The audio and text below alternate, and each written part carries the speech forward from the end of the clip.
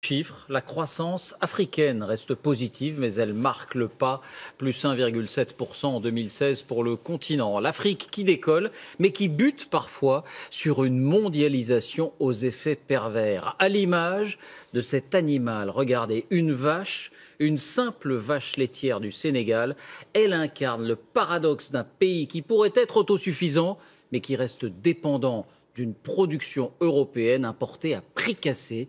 Enquête, Marc de Chalvron, Antoine Hussert, Sylvain Barral. De vastes étendues pour faire courir des troupeaux de vaches à foison.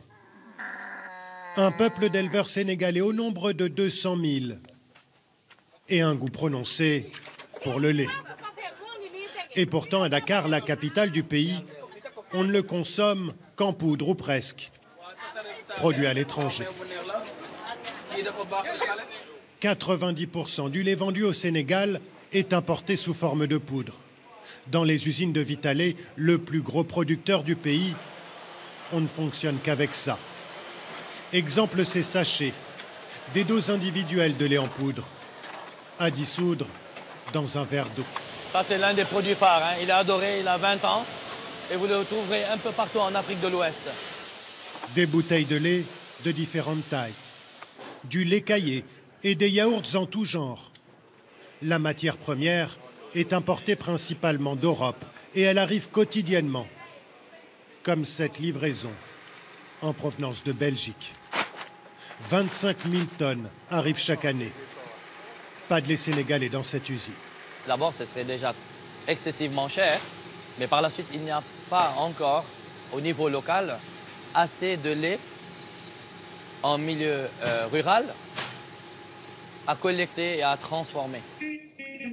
Et pourtant, les vaches sont bien là. 3 millions de bovins au Sénégal, autant qu'en France par nombre d'habitants, principalement concentrés dans les régions Peules du nord du pays. Un homme s'est mis en tête d'exploiter ce potentiel, Bagoré Batili, vétérinaire de formation.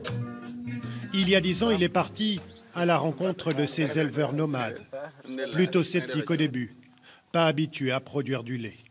Ici, on est à peu près à 20 km de la ville, Richard Toll. Et le lait, quand on a ici, à qui tu vas le vendre? Les éleveurs qui sont autour, enfin, les gens qui sont autour sont tous des éleveurs, ils ont tous des vaches. Tu ne vas pas le vendre ici. Il faut faire 20 km pour le vendre. Ce n'est pas possible. En charrette, c'est pas possible. Il a donc fallu bâtir toute une filière, en commençant par changer les habitudes, ériger des enclos, acheter du fourrage. Et puis, ouais, ici, c'est vraiment une petite étable, quoi. Salam alaikum. On est encore loin du rendement des vaches normandes, mais en 10 ans, cet éleveur est tout de même passé de 1,5 litre à 64 litres par jour. Je pratique l'élevage moderne maintenant. Je ne veux plus forcément d'un grand troupeau, je préfère avoir des vaches laitières qui produisent beaucoup.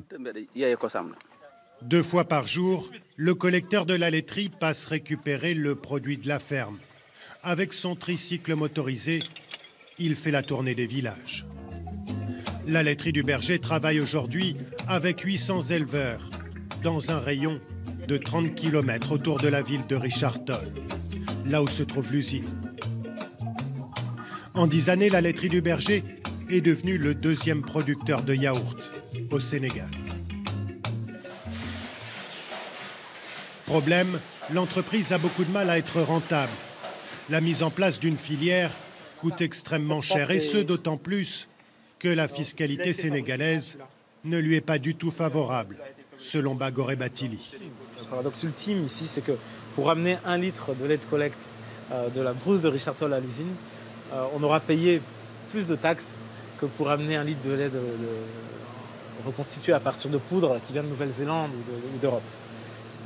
Les barrières douanières sont faibles et localement, on paye énormément de taxes.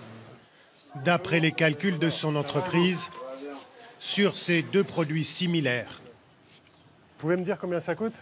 l'État sénégalais prélève 3 fois plus d'argent sur celui qui est fabriqué avec du lait local, taxé à 26% contre 8% seulement pour le lait importé. C'est tout le défi pour l'État sénégalais qui, d'un côté, affiche sa volonté de soutenir ses éleveurs, mais qui, de l'autre, ne peut se permettre de trop taxer le lait importé sans prendre le risque d'augmenter le prix d'un bien essentiel à la population. Difficile dans ces conditions de faire émerger une filière locale du lait. En bref, une nouvelle